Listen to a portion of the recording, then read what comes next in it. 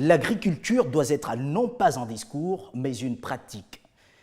Je dis aux jeunes en quête d'emploi, à ceux qui, fonctionnaires aujourd'hui, voudraient se consacrer à l'agriculture, saisissez cette opportunité, vous ne le regretterez pas.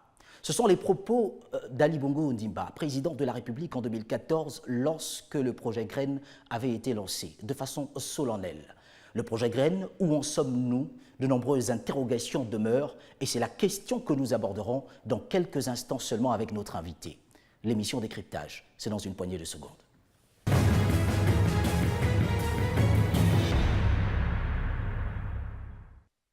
Mesdames et messieurs, une fois de plus, bienvenue dans ce studio de Gabon 24, mais surtout à vous, Monsieur Biandima Ganga Moussavou. Je le rappelle, vous êtes ministre de l'Agriculture et de l'Élevage, chargé du projet Graines.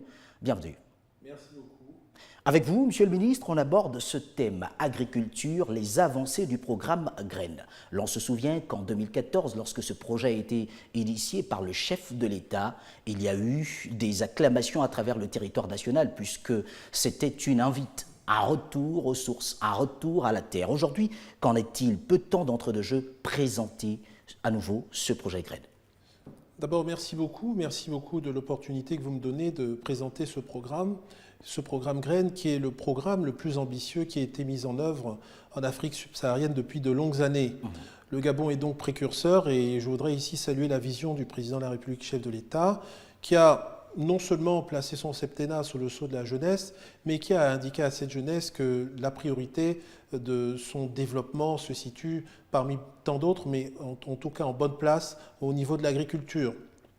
Je voudrais dire que, pour schématiser, présenter le programme Graines et dire ce que c'est aujourd'hui, le programme Graines, c'est 120 milliards de francs CFA investis dans 7 provinces du pays, donc à l'exception de l'Ogooué maritime et du Moyen-Ogooué, le programme Graines est dans l'ensemble des provinces. C'est 17 216 coopérants qui ont été, donc 17 216 Gabonais qui se sont lancés qui se sont réunis en coopérative pour travailler sur la production de cultures vivrières que sont le manioc, la banane, la tomate et le piment dans la phase initiale du programme et qui ont donné lieu à donc un formidable élan qui consistait à faire migrer l'agriculture gabonaise d'une agriculture traditionnelle sur brûlis à une agriculture moderne avec des outils nouveaux et des techniques nouvelles, des semences améliorées et un encadrement important, un encadrement qui s'est fait dans le cadre de la Sotrader, qui est une joint venture, un PPP, un partenariat public-privé entre l'État gabonais et la société Olam International. Donc 51% l'État gabonais et 49% Olam International. Donc, ici, nous avons à peu près 216 titres fonciers qui ont été, 266 titres fonciers qui ont été délivrés au profit de nationaux. Nous avons une production qui a pu être intense puisque ça a été important, l'élan que ça a suscité. Maintenant, nous étions dans la phase expérimentale du programme Graines qui nous a permis de constater un certain nombre d'écueils. Parmi ces écueils, vous avez la question relative à finalement ce conflit homme-faune qui est très très important, qui a fait par exemple en 2017, alors que nous escomptions une production d'environ 17 000 tonnes de manioc, nous n'en avons eu que 1078, étant donné que ce conflit homme-faune a été très, très violent et résulte notamment du fait que le Gabon est par ailleurs un pays qui protège, qui conserve la nature et donc les solutions pour juguler la présence des pachydermes sont plutôt des solutions intelligentes plutôt que des solutions qui consistent à largement dévaster. Donc, à côté de cet écueil qui concerne le conflit homme-faune, nous avons constaté une déficience d'un certain nombre d'infrastructures d'accès aux plantations, donc certaines plantations, donc je prends l'exemple de l'Ogooué Vindo, certaines plantations ont produit, mais nous n'avons pas pu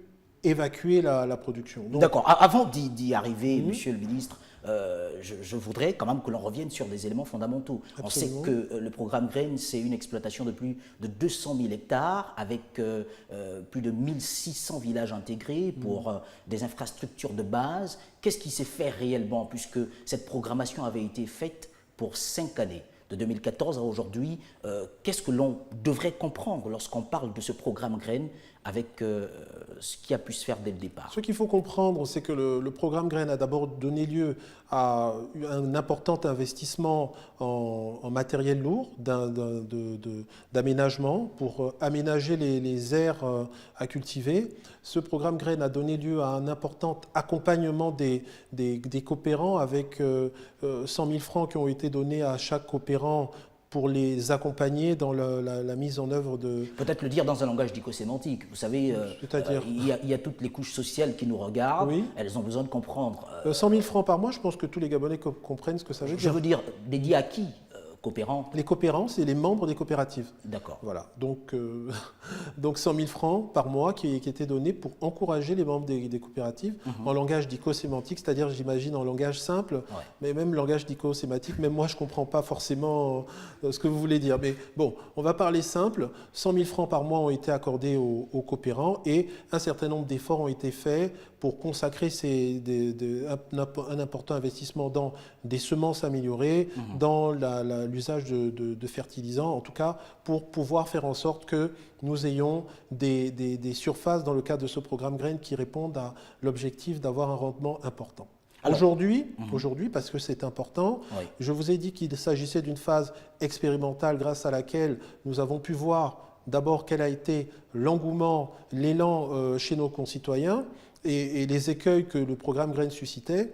Aujourd'hui, dans le cadre du projet d'appui au programme Graines dans sa phase 1, la Banque africaine de développement a opéré avec les experts du Gabon, du comité du bureau de coordination du programme Graines, de la Sotrader et du ministère de l'Agriculture, en charge de l'agriculture, a effectué un diagnostic en réalité de la situation. Et fort de ce diagnostic, un certain nombre d'investissements supplémentaires ont été décidés. Ces investissements supplémentaires sont inclus dans le projet d'appui, dans le financement de la BAD, du projet d'appui au programme Graines dans sa phase 1 PAPG1 à hauteur de 65 milliards de francs CFA. Nous avons donc un établissement financier de premier rang sur le continent qui croit que le Gabon a un programme Graines révolutionnaire, un programme Graines crédible et qui a convaincu donc son comité de crédit, son conseil d'administration de continuer d'accompagner le Gabon. Alors, un accompagnement dans quel domaine? Et c'est important de le souligner. Dans les infrastructures, pour permettre l'accès aux plantations, un programme dans les infrastructures pour permettre l'accès à l'eau potable, l'irrigation, permettre l'accès à l'énergie, donc la production d'énergie, pour permettre d'établir des zones de groupage. Les zones de groupage sont des zones dans lesquelles on récupère la production, on la récupère dans le champ, on la récupère là, on commence une première transformation. Je parle notamment du manioc. Lorsque vous prenez le manioc, vous savez qu'il y a tout un processus avant qu'il ne soit mis en bâton. Enfin, tout un tas d'infrastructures qui inclut également un programme de réhabilitation de l'École nationale de développement rural d'Oyem, la création d'un fonds de développement agricole pour permettre l'accès au financement de tous ces initiateurs. Et l'une des choses encore qu'il faut souligner dans le programme Graines, c'est que si au départ, ce programme était limité à 4 spéculations et ce programme était limité réservé aux coopérateurs. Désormais, ce programme est réservé à toute initiative privée, tout Gabonais qui souhaiterait se lancer dans la production. C'est l'une des améliorations. Mais si on peut vous féliciter pour ces améliorations, bien dit Maganga Moussavou, peut-on également vous féliciter pour le fait qu'aujourd'hui, dans certaines provinces, prenons le cas de l'Anyonga, certaines populations, certains coopérants se sentent un peu abandonnés à eux-mêmes parce que les choses tourneraient peut-être au ralenti. Qu'en est-il finalement? Qu'est-ce qui se passe concrètement? Mais écoutez, nous sommes là dans le cadre d'un programme stratégique du gouvernement. Nous sommes là dans le cadre du suivi au jour le jour, en réalité, de situations. Les plaintes, il y en aura toujours, mais ce que nous avons à faire, nous, gouvernement, c'est organiser la réactivité, en réalité. La pertinence du programme et faire en sorte que, face aux plaintes des populations, nous ayons une réponse adaptée. Je prends un exemple. Je reviendrai sur ce conflit homme-faune. Nous avons un système qui doit consister à organiser le dédommagement des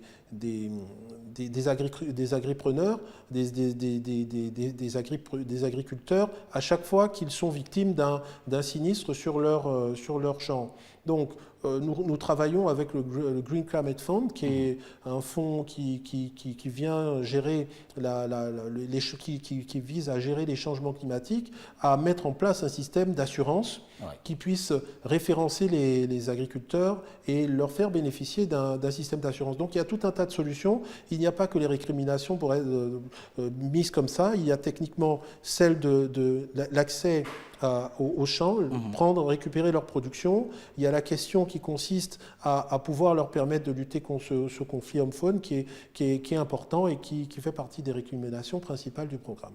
Alors, qu'en est-il finalement de l'extension de ce programme? On sait que lors du lancement, plusieurs provinces ont été concernées. D'ailleurs, le processus suit certainement son cours, puisque c'est vous qui êtes le ministre. Mais qu'en est-il de l'extension de ce programme, puisque le retour aux sources, retour à la terre s'impose tout de même à tout Gabonais? Aujourd'hui, le programme Graines concerne 7 provinces. Il est présent dans 7 provinces. Il s'agit d'intensifier la présence d'intensifier ce programme Graines dans ces 7 provinces et faire en sorte que dans les 2 autres provinces qui n'ont pas encore été touchées par le programme Graines, comme je le répète, le Moyen-Ogooué et l'Ogooué maritime, nous permettions à ce programme Graines d'être présent. Et l'une des pistes que nous envisageons, c'est de faire en sorte que des acteurs importants du développement rural soient impliqués au travers en citant notamment les collectivités locales que sont les conseils départementaux. Faire en sorte que les conseils départementaux s'impliquent aux côtés des populations de leur circonscription, de leur contrée, pour accompagner ce développement, cette mise en œuvre du programme Graines. Alors, nous savons que Graines, c'est la gabonaise des réalisations agricoles et des initiatives des nationaux engagés. Finalement, on compte aujourd'hui, après plus de 4 ans, combien de compatriotes qui se sont lancés dans ce domaine? 17 216. 17 216 compatriotes. C'est un mouvement extraordinaire. Pour un pays où nous avons, à tort, laissé dire que les Gabonais n'étaient pas intéressés par la terre. Je voudrais restituer ici le fait que l'idée de dire que les Gabonais ne sont pas intéressés par la terre n'est qu'une légende urbaine. C'est des choses que les citadins se disent ici en oubliant leur origine rurale. Et dans la ruralité, l'ensemble de nos familles, l'ensemble de nos foyers ont basé leur existence sur le travail de la terre, cette agriculture sur brûlis que les femmes, dans toutes les familles auxquelles nous appartenons, ont valorisé, ont travaillé, dans lesquelles les femmes ont travaillé avec acharnement et constitué réellement la preuve de cet amour des Gabonais pour la terre. Or, aujourd'hui, par cette initiative, ce programme Graines, il s'agit de passer justement à une phase moderne de notre agriculture où nous avons des défis importants à relever et parmi ces défis importants, atteindre la sécurité alimentaire, c'est-à-dire être autosuffisant. Cette autosuffisance ne passe que par la maîtrise de techniques modernes et c'est ce que ce programme Graines contribue à diffuser dans la population et je ne peux qu'encourager davantage les nationaux à s'y intéresser en considérant l'agriculture comme un business, comme une affaire lucrative qui nourrit son homme lorsque les efforts sont au rendez-vous. Alors finalement, au stade où on en est, qui est l'administrateur de ce programme Graines? On sait qu'il y a le ministère, d'accord, mais sur le terrain, pour les populations à l'intérieur du pays, par exemple, qui répond?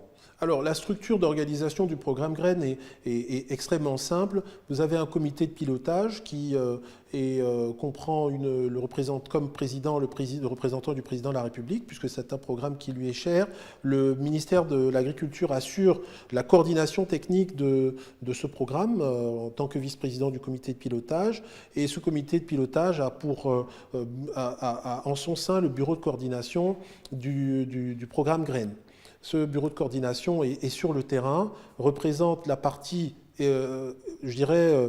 globale État gabonais sur le terrain à côté de la Sotrader. Donc la Sotrader a comme interlocuteur à la fois les populations ont comme interlocuteur sur le terrain à la fois la Sotrader, le bureau de coordination donc, du programme Graines et bien sûr les agents du ministère, puisque je voudrais rappeler que le ministère de l'Agriculture, qui est un grand ministère à la fois par les responsabilités et par l'implantation territoriale, est présent dans chacun de nos départements aux côtés des populations. Donc, voici comment le programme est organisé et voici comment le programme, sur ses bases, se développera et aura encore davantage d'efficacité. Alors, on parle du programme Graines et ce qu'il a souvent été constaté, c'est que certaines entreprises, en parlant du cadre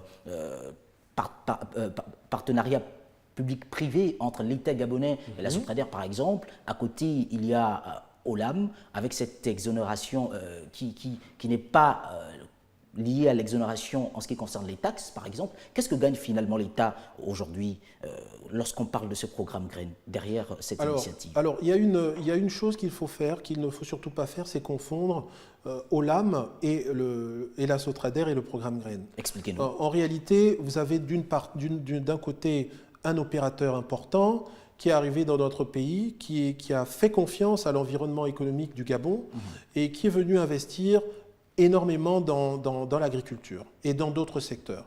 Pour en rester au secteur agricole, la récente étude publiée par Maïs Mouissi et réalisée en collaboration avec Marc Ona et Sangui a fait ressortir que la Sotrader a investi 508 milliards de francs CFA dans notre économie. Que Olam a investi 508 milliards de francs CFA dans notre économie, ce qui est très important. Une société qui est capable d'investir dans votre économie une somme aussi importante, de faire porter la contribution donc de sa contribution au produit intérieur brut de l'ordre de 3,6% et de faire en sorte qu'il y ait près de 14 000 créations d'emplois, que 53 000 hectares de palmiers à huile soient aménagés, que nous produisions de l'huile au point de devenir exportateurs. Récemment, le 15 mai, nous avons importé 3 000 tonnes d'huile de palme au départ du port de Libreville exportée. Quand vous êtes capable d'avoir près de 12 000 hectares de DVA qui sont exploités du côté de Batouri à Bitam en si peu de temps, c'est une prouesse. Cette prouesse est à encourager et on ne doit pas mélanger les exonérations fiscales qui sont accordées normalement pour rendre notre environnement attractif. C'est une contribution de l'État à l'effort de structuration de notre agriculture. Nous ne devons pas mélanger ça et faire un amalgame en donnant l'impression qu'Olam a bénéficié d'avantages indus ou de choses de cet ordre-là. Maintenant, lorsque vous prenez le programme Graines, c'est une des contributions supplémentaires, d'un des engagements supplémentaires de cet opérateur qui s'est dit: à côté de l'État gabonais, je vais créer une joint venture, qui est cette fameuse Sotrader, qui a pour rôle de devenir le trader national, le moteur national du développement de notre agriculture, et faire en sorte que nous développions non seulement cette agriculture vivrière, mais que nous allions également dans cette culture de rente, puisque la Sotrader, entre autres, a une plantation de près de 10 000 hectares de palmiers à huile. Donc, il n'y a pas d'amalgame à faire. Olam est un acteur important de la croissance de notre économie, qui a investi dans la transformation de notre agriculture, puisqu'aujourd'hui, c'est cela l'enjeu. C'est produire et avoir une agriculture industrielle qui produise des produits qui soient compétitifs, non seulement au niveau national, mais au niveau international. Et Olam, avec cet engagement et avec ce suivi important de l'État, et constitue les paris réussis de 2010 à 2017. Nous sommes face à un pari extrêmement éloquent et nous encourageons cet opérateur à faire davantage. Maintenant, le ministère de l'Agriculture, je voudrais embrayer sur cette partie importante, à côté de ces programmes existants, parce que vous avez le programme Graines, vous avez le programme de développement de l'agriculture rurale, le PRODIAG également. À côté de ces 3 programmes existants, nous avons la problématique de limiter nos importations. Si vous regardez l'importance des importations dans notre pays, elle reste très importante et un tiers de ces importations sont constituées du riz, 90 000 tonnes par an, de la volaille, 150 000 tonnes. Ces 150 000 tonnes devraient s'élever à 200 000 tonnes en 2023, vous avez raison, et 15 000 tonnes de porc aujourd'hui. Un tiers des importations sont constituées par ces 3 produits. Ces 3 chaînes de valeur sont des chaînes de valeur auxquelles nous devons sans délai nous attaquer pour que nous ayons notre souveraineté alimentaire, notre sécurité alimentaire, au moins dans ces productions de base.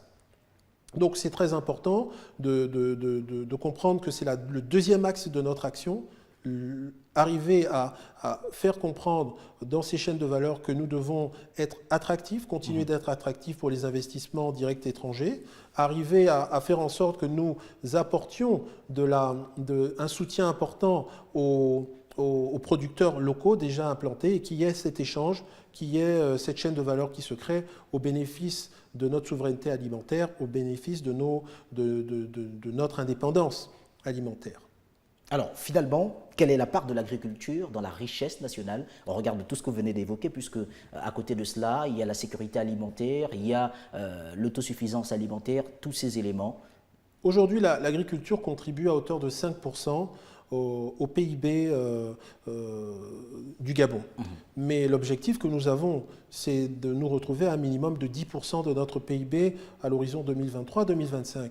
C'est une contribution importante, c'est-à-dire que 10% de la création de richesse dans notre pays devrait provenir de l'agriculture. Et c'est très important de le souligner. L'agriculture est un domaine qui a un potentiel important de croissance, un potentiel important pour que les jeunes Gabonais puissent s'exprimer, exprimer leurs talents, et exprimer leurs talents dans une gamme étendue de métiers qui puissent laisser à chacun sa place.